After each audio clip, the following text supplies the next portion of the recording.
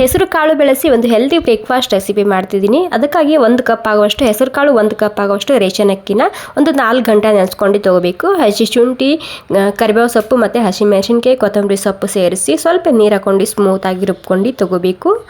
ಇವಾಗ ನೋಡಿ ಸ್ಮೂತಾಗಿ ರುಬ್ಕೊಂಡಾಗಿದೆ. ಇವಾಗ ಇದಕ್ಕೆ ಮತ್ತೆ ಇನ್ನೊಂದ್ಸಲ ನಾನು ರುಬ್ಕೊಂಡು ತೊಗೊತಿದ್ದೀನಿ. ಇಲ್ಲಿ ಸ್ಮೂತಾಗಿ ರುಬ್ಕೊಳ್ಳಿ.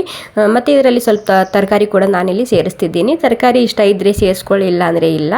ಒಂದು ಸ್ವಲ್ಪ ಜೀರಿಗೆ ಕೂಡ ಹಾಕೊತಿದ್ದೀನಿ, ರುಚಿಗೆ ತಕ್ಕಷ್ಟು ಉಪ್ಪು. ಇವಾಗೆಲ್ಲ ಮಿಕ್ಸ್ ಮಾಡ್ಕೊಂಡು ಒಂದು ಅರ್ಧ ಗಂಟೆ ಇದಕ್ಕೆ ನೆನೆಯೋದಕ್ಕೆ ಬಿಡ್ತಿದ್ದೀನಿ. ಅರ್ಧ ಗಂಟೆ ಆದಮೇಲೆ ದೋಸೆ ಹಿಟ್ಟು ಯಾವ ರೀತಿ ಇರುತ್ತೆಲ್ಲ ಆ ರೀತಿ ಅದನ್ನು ಮಿಕ್ಸ್ ಮಾಡ್ಕೋಬೇಕಾಗುತ್ತೆ. ಇಲ್ಲಿ ದೋಸೆ ತವ ಇಟ್ಕೊಂಡು ಸೇಮ್ ನಾವು ದೋಸೆ ಯಾವ ರೀತಿ ಮಾಡ್ಕೊತೇವಲ್ಲ ಅದೇ ರೀತಿ ಮಾಡ್ಕೋಬೇಕು.